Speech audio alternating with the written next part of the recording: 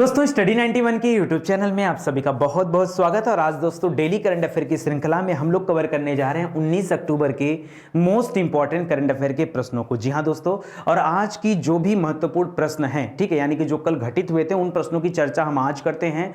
और इस वीडियो के साथ साथ आप पीडीएफ भी पा सकते हैं और साथ ही साथ अगर आप टेस्ट देना चाहें तो आप टेस्ट भी दे सकते हैं। ठीक है, टेस्ट देने से क्या होता है कि आपकी तैयारी और भी ज्यादा अच्छी हो पाती है। तो चलिए जल्दी से देखते हैं कि आज हमारे लिए खास प्रश्न कौन से। जिन लोगों ने अभी तक स्टडी 91 ऐप को नहीं इंस्टॉल किया है, जल्दी से इंस्टॉल कर लीजिए, क्योंकि उसमें आपके फायदे के लिए बहुत सारी चीजें दी गई हैं। धीरे धीरे नंबर ऑफ क्लासेस जो आपके यूट्यूब पे हैं वो बहुत ज्यादा तेजी से बढ़ने वाली। क्यों? क्योंकि आगे हम लोग जो है प्लान कर रहे हैं कि हर विषय के क्लास डेली चले, मतलब आपको अलग अलग विषय डेली पढ़ने को मिलेगा। और ऐसे में मैं आपको बहुत सारे नए लोगों को इंट्रोड्यूस भी कराने वाला हूं। ठीक है, ये सब सीक्रेट प्लान है, बट ऐसे ही शेयर कर दिया आप सभी के सामने। चलिए देखिए, पहला प्रश्न है कि द बैटल ऑफ बिलोंगिंग के लेखक कौन है। किताब आई है द बैटल ऑफ बिलोंगिंग। मुझे पता है इसका उत्तर आप सभी को पता चल गया। क्यों? क्योंकि ये जो इमेज बना है, इमेज किसका है? शशि थरूर का इमेज है। आप भली भांति इनको जानते हैं, ठीक है, और इस वजह से आप इस प्रश्न का उत्तर दे पाए। ठीक है, यानी कि जब इतनी ग्रेट पर्सनालिटी और किसी बुक को लिखती हैं तो जाहिर सी बात है कि वहां से प्रश्न बनते ही बनते हैं। ठीक है, तो इस किताब का नाम याद रखिएगा, द बैटल ऑफ बिलोंगिंग। ठीक है, इसके लेखक कौन है तो याद रखिएगा शशि थरूर आपका इस प्रश्न के लिए राइट आंसर हो जाएगा। अच्छा, इस किताब के बारे में दो चार बातें और हम लोग जान लेते हैं जो हमारे लिए मोस्ट इंपॉर्टेंट है या फिर जो हमारे लिए जरूरी है। वो बातें कौन कौन सी हैं? तो लिख रहा है कि प्रसिद्ध लेखक और राजनीतिज्ञ शशि थरूर अपनी नई किताब द बैटल ऑफ बिलोंगिंग का विमोचन ये नवंबर महीने में करने वाले, नवंबर 2020 अगले महीने में ये करने वाले हैं। यह पुस्तक एलएफ बुक कंपनी के द्वारा प्रकाशित की जा रही, जो कि आपके लिए बहुत ज्यादा जरूरी नहीं है याद रखना। शशि थरूर ने इस पुस्तक को दुनिया भर में और विशेष रूप से भारत में राष्ट्रवाद के सिद्धांत, विकास और अभ्यास का वर्णन और अपने मैग्नम ऑपस के रूप में जो इसका वर्णन किया। यह पुस्तक उनकी पहले आई किताब थी, इसका नाम था वाई एम ए हिंदू। ठीक है, उसका एक विस्तार रूप माना जा रहा है, मतलब उसी का एक कह सकते हैं कि आप अगला पार्ट है। ठीक है, तो ये कहीं ना कहीं एक इंपॉर्टेंट किताब है, इसको आप लोग याद रखिएगा। ठीक है, और यहां से आपके परीक्षा में प्रश्न अवश्य पूछे जाएंगे। ठीक है, अगला न्यूज देखिए, किस राज्य ने महिलाओं के खिलाफ जागरूकता बढ़ाने और अपराध से निपटने के लिए मिशन शक्ति शुरू किया। ठीक है, वो कौन सा राज्य है जिस राज्य ने मिशन शक्ति की शुरुआत किया है? इस प्रश्न का उत्तर आप सभी को देना है। तो मैं आपको बताना चाहूंगा दोस्तों, इस प्रश्न का सही उत्तर है क्या है? देखिए, आप इमेज देख रहे होंगे, मिशन शक्ति एक नया आयोजन हो रहा है। ठीक है, और यहां पर दो चीजें चल रही, एक मिशन शक्ति, एक और ऑपरेशन शक्ति। अभी दोनों के बारे में आपको बताता हूं। और ये स्टार्ट किया गया उत्तर प्रदेश सरकार के द्वारा। उत्तर प्रदेश सरकार के द्वारा यहां पर राज्यपाल जो हमारी हैं आनंदीबेन पटेल जी, वो और योगी आदित्यनाथ जी ने अलग अलग जगह से इस अभियान की शुरुआत किया है। देखिए, दे रहा है यहां पर कि उत्तर प्रदेश सरकार ने महिला सशक्तिकरण कार्यक्रम मिशन शक्ति को स्टार्ट किया है। यह उत्तर प्रदेश में महिलाओं के खिलाफ अपराधों के बारे में जागरूकता बढ़ाने और अपराधों से निपटने के लिए 6 महीने का एक लंबा कार्यक्रम है। उत्तर प्रदेश और मध्य प्रदेश की राज्यपाल, इस समय मध्य प्रदेश में उनको अतिरिक्त राज्यपाल का कार्यभार दिया गया, क्योंकि वहां पर लालजी टंडन जी थे जिनकी मृत्यु हो गई है। ठीक है, उसके बाद अभी कोई नया पद ग्रहण करने के लिए नहीं आया है। ऐसे में आनंदीबेन पटेल ही वहां का कार्यभार संभाल रही है। ठीक है, तो आनंदीबेन पटेल ने लखनऊ में इस अभियान की शुरुआत किया, जबकि यूपी के मुख्यमंत्री योगी आदित्यनाथ ने बलरामपुर का नाम सुना होगा। ठीक है, बलरामपुर में इस कार्यक्रम की शुरुआत की है। यह कार्यक्रम को 2 चरण में किया जाएगा, जैसा कि दे रहा है यहां पर कि 6 महीने का एक लंबा कार्यक्रम है। तो यहां पर एक चरण में मिशन शक्ति है और दूसरे चरण में ऑपरेशन शक्ति है। मिशन शक्ति और ऑपरेशन शक्ति, तो दो लाइन बातचीत कर लेते हैं मिशन शक्ति के बारे में और ऑपरेशन शक्ति के बारे में। मिशन शक्ति कहता है कि महिला सुरक्षा से संबंधित जागरूकता अभियान चलाना, जैसे लिंग आधारित जो संवेदीकरण है, प्रशिक्षण है, लोगों को ट्रेनिंग देना, कारपोरेट गतिविधियों पर नजर रखना, वॉइस मैसेजेस पर, साक्षात्कार पर, दुर्गा पूजा के कार्यक्रम में, और इस तरह से जो है जगह जगह अपने पंडाल बना करके या कैंप बना करके लोगों को जागरूक किया जाएगा और उसके बारे में लोगों को बताया जाएगा। ये इसका रूप एक देखने को मिल रहा है। यहां पर कई सारे हेल्पलाइन नंबर भी आ चुके हैं। ठीक है, 1090-181-1076-108-102। ठीक है, ये सभी नंबर मिलकर के यहां पर हेल्प करेंगे। उसी तरह से ऑपरेशन शक्ति जो है यह एक प्रवर्तन अभियान है, जिसमें पुलिस उन लोगों को पंजीकृत करेगी जो महिलाओं के खिलाफ अपराधों के लिए सजा काटने के बाद जेल से बाहर आ गए हैं, और ऐसे लोगों पर पुलिस पैनी नजर रखेगी। क्यों? क्योंकि ऐसे लोग दोबारा उस तरह के अपराध में संलिप्त हो सकते हैं। ठीक है, इसलिए उन पर एक नजर रखा जाएगा। तो ऑपरेशन शक्ति एक बड़े जो है पैमाने पर इसको शुरू किया जा रहा है। ठीक है, चलिए आगे बढ़ते हैं। हाल ही में किसे यूनेस्को में भारत का अगला अस्थाई प्रतिनिधि नियुक्त किया गया? ठीक है, अगला अस्थाई प्रतिनिधि किसे नियुक्त किया गया दोस्तों? तो यहां पर नाम दे रहा है राहुल अग्निहोत्री जी, विशाल वी शर्मा जी, रैंकेल जोशी जी या फ्रैंक जोसेफ। ठीक है, तो याद रखें दोस्तों, यूनेस्को में अब जाहिर सी बात है भारत का है, ठीक है, तो अभी रैंकेल जोशी और फ्रैंकेल जोसेफ, तब इसमें आपको थोड़ा सा डर लग रहा होगा, तो पहला और दूसरे ऑप्शन में से आपको चूज करना है। यहां पर राइट आंसर हो जाएगा विशाल वी शर्मा। ठीक है, विशाल वी शर्मा जी को यूनेस्को में जो है रखा गया है, ठीक है, अगले नए राजदूत के रूप में। ठीक है, तो याद रखेगा विशाल वी शर्मा को राजदूत पद के साथ संयुक्त राष्ट्र शैक्षिक, वैज्ञानिक और सांस्कृतिक संगठन यूनेस्को के लिए भी भारत के अस्थाई प्रतिनिधिमंडल के लिए भारत के अगले अस्थाई प्रतिनिधि के रूप में नियुक्त किया गया। यानी कि जो विशाल वी शर्मा थे, इनको संयुक्त राष्ट्र में यूनेस्को जो चलता है, ठीक है, वहां पर भी नियुक्त कर दिया गया है। ये वहां पर जाकर के जावेद अशरफ का स्थान लेंगे। और यूनेस्को का मुख्यालय कहां पर है दोस्तों? तो पेरिस में है। पेरिस पड़ता है फ्रांस में, फ्रांस की राजधानी है। और पेरिस किस नदी के किनारे? तो याद रखेगा सीन नदी के किनारे। वहां पर एफेल टावर भी आपको पता होगा, ठीक है, एफेल टावर, तो इसको ध्यान दीजिएगा। करा यूनेस्को प्रमुख इस समय कौन है? तो याद रखेगा ऑन्ड्रे ओजोले, ये यूनेस्को प्रमुख है, ठीक है, यूनेस्को, ठीक है, याद रखेगा यूनेस्को, ठीक है, ये इसमें यूनेस्को के प्रमुख हैं। 1945 में यूनेस्को की स्थापना की गई थी, तो इस बातों को याद रखेगा। आगे बढ़ते हैं और अगले प्रश्न की तरफ चलते हैं। हाल ही में किस देश को संयुक्त राष्ट्र मानवाधिकार परिषद का सदस्य पुनः नियुक्त कर लिया गया? तो पहले दोस्तों इसकी व्यवस्था हटा दी गई थी, एक बार फिर से इसको जो है सदस्य नियुक्त कर लिया गया है। ठीक है, ये काफी पुरानी बातें हैं, ठीक है, क्योंकि अच्छा, ये थोड़ा सा चर्चा का विषय भी बना होता है, क्योंकि इसके द्वारा की जाने वाली गतिविधियां हमेशा यूएन के नजर में रहती हैं। ठीक है, और ये देश है भारत का पड़ोसी देश पाकिस्तान। तो याद रखिएगा दोस्तों, पाकिस्तान को एक बार फिर से निर्वाचित कर लिया गया, चुन लिया गया, किसमें? तो याद रखिएगा संयुक्त राष्ट्र मानवाधिकार परिषद में। ठीक है, इसमें एक बार पाकिस्तान को फिर से जगह मिल गई है, तो इसको याद रखेगा। 1 जनवरी 2021 को यहां पर जो है कार्यक्रम में शुरू होने वाला है, और उसमें 3 वर्ष के कार्यकाल के लिए, ठीक है, पाकिस्तान को सदस्यता दी गई है। ठीक है, और 1 जनवरी 2018 से वो इस संस्थान में अपनी सेवाएं दे रहा है। और इसका जो नाम है दोस्तों क्या है? United nation human resource corporation, ठीक है, यानी संयुक्त राष्ट्र परिषद। तो याद रखेगा इस समय इसके 47 सदस्य हैं, भारत भी इसमें है। ठीक है, और सीटों का जो बंटवारा हुआ है ये भौगोलिक आधार पर किया गया है। हाँ, 2 देशों का नाम आपसे पूछ सकता है, क्योंकि वो निर्विरोध चुने गए थे इस बार, एक तो रूस है और दूसरा क्यूबा। ठीक है, तो इनका नाम भी आपको अलग से याद रखना है, क्योंकि परीक्षा में ये चीजें पूछी जा सकती हैं। ठीक है, इसके अलावा पाकिस्तान, उज्बेकिस्तान, नेपाल, चीन, ठीक है, इन सभी देशों को एशिया प्रशांत क्षेत्र से चुना गया, तो ये काफी इंपॉर्टेंट है, इसको ध्यान रखिएगा। आगे बढ़ते हैं। वैश्विक भूखमरी सूचकांक, ये प्रश्न तो आप नोट कर लो, आपकी परीक्षा में 100% पूछा जाएगा, एकदम कंफर्म है, आएगा ही आएगा। ठीक है, नाम क्या है? वैश्विक भूखमरी सूचकांक, भूखमरी सूचकांक। ठीक है, और आपसे पूछ रहा है कि इसके बारे में असत्य कौन सा है? यहां 3 में से तीनों गलत हैं, या पहला गलत है, या दूसरा गलत है, या तीसरा गलत है, या कौन सा गलत है, आपको ये बताना है यहां पर। ठीक है, लिख रहा है कि वैश्विक भूखमरी सूचकांक 2020 में भारत का जो स्थान है वो 107 देशों में 94वें स्थान पर है। ठीक है, 94, थोड़ा सा सुधार किया है। अगर 2019 का और 2018 का आंकड़ा अगर देखा जाए तो उस हिसाब से देखेंगे तो भारत ने जो है लगभग 7, 8, 10 अंकों का जो है सुधार किया है। ठीक है, तो याद रखिएगा।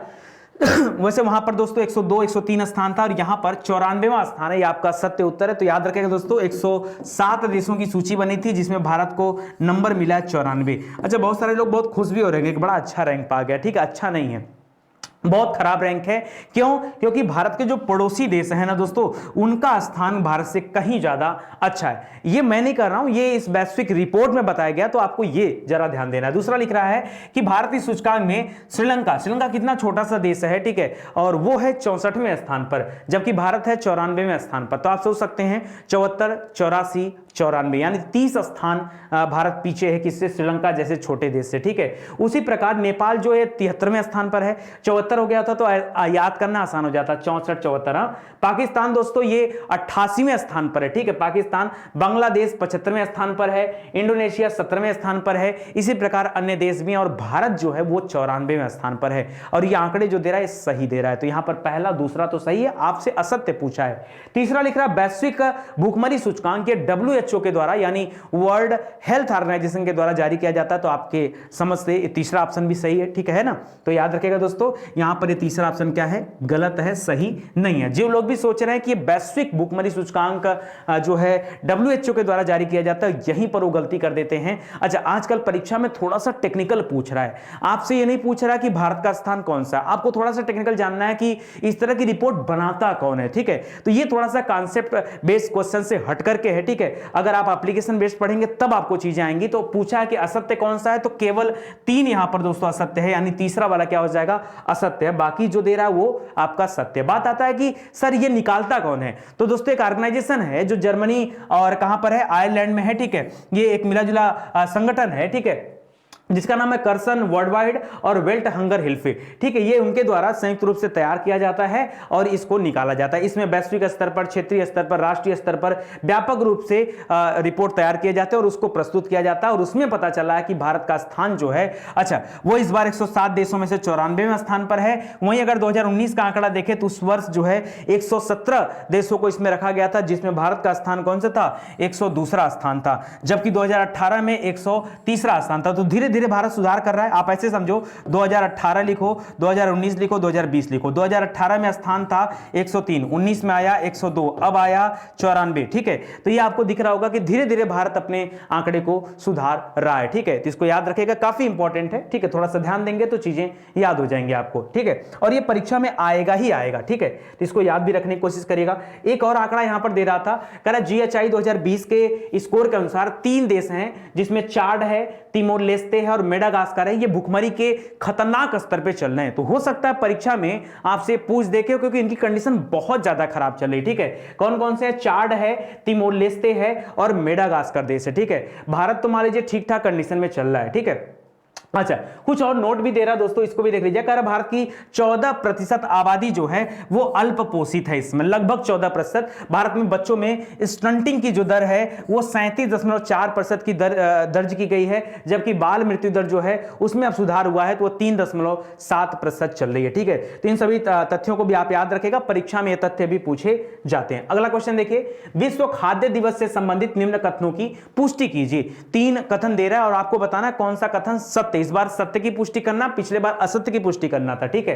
तो चलिए बताइए, लिख रहा है विश्व खाद्य दिवस हर वर्ष 16 अक्टूबर को पूरे विश्व में मनाया जाता है और कई बार जो है ये प्रश्न आपसे पूछा भी जा चुका है, ठीक है। तो 16 अक्टूबर को खाद्य दिवस मनाया जाता है, ज्यादातर लोगों को इसके बारे में पता भी होगा। यहीं से अगर आप पीछे चले जाएंगे, 16 सितंबर को भी एक इंपॉर्टेंट दिवस मनाया जाता है, बताइए कौन सा, बताइए। ओजोन परत संरक्षण दिवस, कौन सा है, ओजोन परत संरक्षण दिवस मनाया जाता है दोस्तों, ये भी इंपॉर्टेंट है, तो इसको भी ध्यान दीजिएगा, ठीक है। बाकी 16 अक्टूबर को विश्व खाद्य दिवस मनाया जाता है, ये वाला लाइन जो है सत्य है। आपको बताना कौन कौन सी लाइन सत्य है। दूसरा लिख रहा है, वर्ष 2020 के लिए विश्व स्वास्थ्य दिवस की थीम जो थी वो क्या थी, ग्रो नॉरिश सस्टेन टुगेदर, ठीक है। तो क्या ये थीम थी, अब जिन लोगों ने पढ़ा होगा थीम के बारे में वो तो बता सकते हैं कि थीम थी या नहीं थी। तीसरा लिख रहा है दोस्तों कि प्रधानमंत्री नरेंद्र मोदी ने खाद्य और कृषि संगठन के 75वें स्थापना दिवस के अवसर पर 500 रुपए मूल्य का एक सिक्का जारी किया है, ठीक है। अभी हाल फिलहाल में एक बार और सिक्का जारी किया गया था और यहां पर फिर से एक बार सिक्का जारी किया गया 500 रुपए का। क्या सत्य है, तो यहां पर दिए गए दोस्तों जो तीसरा कथन दे रहा है वो सत्य नहीं है, बाकी पहला और दूसरा क्या है, सत्य। तीसरा क्यों सत्य नहीं है, तो याद रखें दोस्तों 75वां स्थापना दिवस तो मनाया गया, मोदी जी ने इस पर कार्यक्रम भी किया, लेकिन 500 रुपए का सिक्का जैसी कोई बात नहीं थी। हां, कुछ नई चीजें राष्ट्र को दिया गया और उस नई चीज में क्या दिया गया दोस्तों, तो याद रखेगा यहां पर 17 नई किस्में थी फसलों की, उनको जो है समर्पित किया है मोदी जी ने, राष्ट्र को समर्पित किया है। वो 17 नई किस्में है, यहां पर सिक्के जैसी कोई बात नहीं हुई, ठीक है। यहां पर कुछ फसलें विकसित थी, उनको जो है समर्पित किया गया, तो इसको याद रखेंगे। बाकी 75वां स्थापना दिवस था, यह भी आपका सत्य है। और हां, भारत सरकार ने वर्ष 2022 तक भारत को ट्रांस फैट मुक्त बनाने का लक्ष्य रखा, जो कि यूएन ने जो लक्ष्य दिया उससे 1 साल पहले हम पूरा कर लेंगे, अगर ये लक्ष्य हमें प्राप्त हो जाता है तो याद रखें दोस्तों, जो आपका कथन था दोनों ऊपर का वो सही था, तीसरा वाला कथन यहां पर गलत था।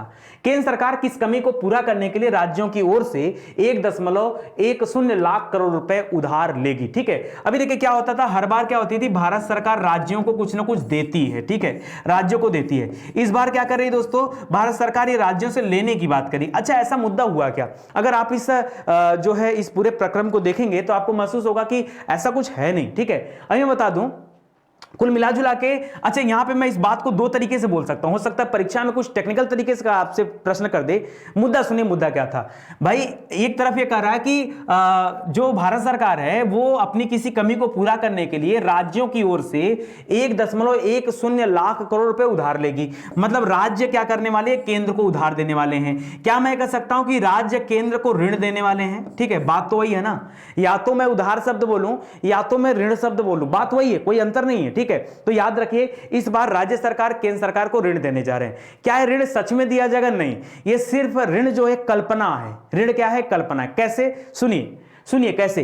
अगर मान लीजिए भारत सरकार को राज्यों को कुछ पैसा देना था, ठीक है, मान लो भारत सरकार का एक कर्तव्य बना कि 50 करोड़ रुपया राज्यों को दे दे, और भारत सरकार नहीं दे पाई, भारत सरकार नहीं दे पाई, तो राज्य क्या करेंगे? भारत सरकार से मांगेंगे, और उसके बाद भी भारत सरकार नहीं दे पा रही, तो क्या होने वाला है? तो होने वाला यह है कि भारत सरकार ने कहा कि ठीक है, ये पैसा मुझे देना चाहिए था, मैं नहीं दे पा रहा हूं, इसके बदले में तुम्हें मान लो कि मैंने तो मतलब मैंने क्या कर लिया, तुमसे लोन ले लिया है। क्या ले लिया है? लोन। ये कुछ वैसा ही मामला हुआ है। देना भारत सरकार का कर्तव्य था, भारत सरकार दे नहीं पाई, तो भारत सरकार इस पैसे को लोन बता दे रही है कि ठीक है, एज अ लोन ये रहेगा, हम आपको एज अ लोन आपको इसका रिपेमेंट करेंगे। ठीक है, तो ऐसा कर दे रही। ऐसा करने से जो भारत की राजकोषीय नीति है वो भी प्रभावित नहीं होगा, उस पर कोई प्रभाव नहीं पड़ेगा। ऐसा करने का निर्णय इसलिए लिया गया है। और मुद्दा क्या था दोस्तों? यहां पर जीएसटी मुआवजा का मुद्दा था, तो यहां पर ऑप्शन नंबर 3 हो जाएगा। जीएसटी मुआवजा से संबंधित ये सारे तथ्य थे। चलिए आगे मैं लगे हाथ इस चीज के बारे में समझा देता हूं। देखिए, दे रहा है कि वित्त मंत्रालय की हालिया सूचना के अनुसार गुड्स एंड सर्विसेज टैक्स यानी जो जीएसटी है, जीएसटी संग्रह में कमी को दूर करने के लिए केंद्र सरकार ने 1.10 लाख करोड़ रुपए उधार लेगी, लेकिन उधार पैसा नहीं ले रही राज्यों से। ठीक है, मैटर अलग है। देखिए लिख रहा है जीएसटी में यह निर्णय लिया गया था जुलाई 2017 में पेश करते समय कि इसके तहत केंद्र सरकार राज्यों को मुआवजा देगी यदि राजस्व वृद्धि एक वर्ष में 14% से कम होती है। अगर राजस्व वृद्धि एक वर्ष में 14% से कम होती है तो इसके लिए मुआवजा देगी कौन? केंद्र सरकार मुआवजा देने वाली थी, मतलब कुछ पैसा देने वाली थी, लेकिन दी नहीं। कर आर्थिक मंदी के कारण जीएसटी संग्रह में भारी कमी आई। जीएसटी मुआवजा के बदले में उधार ली गई राशि को राज्यों को बैक टू बैक ऋण के रूप में पारित कर लिया गया ताकि भारत सरकार के राजकोषीय नीति के ऊपर कोई प्रभाव न पड़े, और भारत सरकार ने उसे एज अ ऋण मान लिया। यह कुल मुद्दा था, आपको समझ में आ गया होगा। ठीक है, इसको ध्यान दीजिएगा। आगे बढ़ते हैं। अंतरराष्ट्रीय गरीबी उन्मूलन दिवस कब मनाया जाता है? अंतरराष्ट्रीय गरीबी उन्मूलन दिवस बड़ा इंपॉर्टेंट दिवस है यार। ठीक है, ये दिवस कब मनाया जाता है आपको ये बताना है, तो याद रखेगा ये हर वर्ष 17 अक्टूबर को मनाया जाता है। अच्छा, कितना आसान है ना। 16 अक्टूबर को विश्व खाद्य दिवस है। क्या है? विश्व खाद्य दिवस मनाया जाता है। अच्छा, अगर किसी को खाना नहीं मिला, ठीक है, तो जाहिर सी बात तो व्यक्ति कैसा हो जाएगा? गरीब हो जाएगा। ठीक है, गरीब होगा तभी तो खाना नहीं मिल पाएगा। तो याद रखेगा बस ये विश्व खाद्य दिवस है और यहां पर विश्व गरीबी उन्मूलन दिवस है। ठीक है, यानी गरीबी को हटाने के लिए काम हो रहा है। ठीक है, तो हर वर्ष 17 अक्टूबर को मनाया जाता है गरीबी उन्मूलन दिवस। लिख रहा है प्रत्येक वर्ष 17 अक्टूबर को वैश्विक स्तर पर अंतरराष्ट्रीय गरीबी उन्मूलन दिवस मनाया जाता है। इस दिवस के आयोजन का मुख्य उद्देश्य दुनिया भर में ऐसे लोगों में जागरूकता पैदा करना है, जो ऐसे लोगों के प्रति जागरूकता पैदा करना है जो अभी भी गरीबी अभिशाप का सामना कर रहे हैं। रियलिटी में जो गरीब हैं, जिनको खाना नहीं मिल पा रहा है, जो भुखमरी के शिकार हैं, जो उचित पोषण उनको नहीं मिल पा रहा, उचित आहार नहीं मिल पा रहा है। ठीक है, ऐसे लोगों के लिए यहां पर कार्य किया गया और एक जो है तारीख जो है चुना गया। ठीक है, लिख रहा है कि तकरीबन करीब 150 मिलियन लोग अत्यंत गरीबी की श्रेणी में आते हैं, ऐसा कहा गया। ठीक है, हाल ही में पीएम मोदी ने उनकी 350वीं जयंती पर बाबा बंदा सिंह बहादुर का आभार व्यक्त किया। आपको बताना है कि बाबा बंदा सिंह बहादुर, आपने बंदा बहादुर का नाम सुना होगा। बंदा बहादुर किसके शिष्य थे? जल्दी से बताइए। बंदा बहादुर तो आप सभी को पता होगा दोस्तों, ये गुरु गोविंद सिंह जी के शिष्य थे। गुरु गोविंद सिंह जी ये 10वें नंबर के गुरु थे। बिहार में इनका जन्म हुआ था। ठीक है, और ये 10वें नंबर के गुरु थे। इसके बाद कोई गुरु नहीं बना है। क्यों? क्योंकि जो किताब था उसको ही गुरु मान लिया गया और यहां पर कोई गुरु नहीं बना। ये गुरु के शिष्य अवश्य थे, लेकिन इनको गुरु की संज्ञा नहीं दिया गया। इनको 11वां नंबर नहीं दिया गया। केवल और केवल 10 गुरु थे, तो 10वें के बाद 11वें नंबर पर सिख धर्म को इन्होंने संरक्षित किया। उसके लिए बड़ा काम किया बंदा बहादुर ने। इसलिए जो है पीएम मोदी जी ने 350वीं जयंती पर आभार व्यक्त करते हुए यहां पर क्या किया है? यहां पर जो है एक सिक्का भी जारी किया है। देखिए आगे दे भी देना दोस्तों कि प्रधानमंत्री नरेंद्र मोदी ने बाबा बंदा सिंह बहादुर की 350वीं जयंती पर श्रद्धांजलि अर्पित करते हुए उन्होंने गरीबों को सशक्त बनाने के लिए कई महत्वपूर्ण कार्य किए हैं। बाबा बंदा सिंह बहादुर की बात करें तो वर्ष 1670 में राजपूत परिवार में इनका जन्म हुआ था, ठीक है, और इन्होंने पूरा जीवन सिर्फ और सिर्फ किसके लिए लड़ा, तो याद रखिएगा सिख धर्म की रक्षा के लिए लड़ा, ठीक है, तो इसको भी याद रखिएगा, इंपॉर्टेंट है।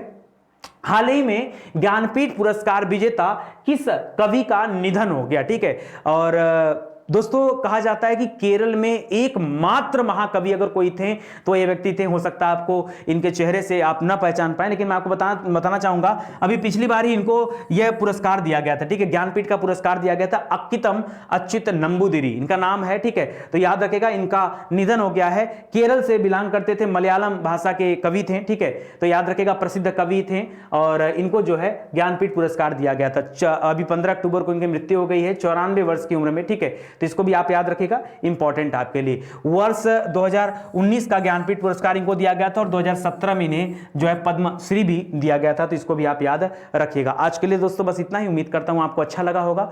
बस आपको अच्छा लगे तो आप वीडियो को कंटिन्यू देखते रहिए और आगे बढ़ते रहिए, ठीक है। थोड़ी सी क्लासेज मेरी इस समय टाइम टू टाइम नहीं आ पा रही है क्योंकि बहुत सारे रीजन मैं बता नहीं सकता और बार बार मुझे कहना भी अच्छा नहीं लगता और मुझे लगता है कि चीज़ें होनी चाहिए बट नहीं हो पा रही है सेट, कहीं ना कोई कारण बन रहा है, ठीक है, और हो जाएंगी, 1-2 दिन में हो जाएंगी, कोई दिक्कत की बात नहीं है। कोशिश करूंगा कि आज से हो जाए, लेकिन मैं जब भी कोई निर्णय ले लेता हूं तो वहां पर हो नहीं पाती हैं चीज़ें, ठीक है, तो इसीलिए मैं आपको कह नहीं रहा हूं, लेकिन हाँ आपको मिलेंगी क्लासेस टाइम से, ठीक है। अभी आप इतना देखते रहें और अपना काम चलाएं, ठीक है। धन्यवाद, थैंक यू, जय हिंद, जय Bharat, thank you so much.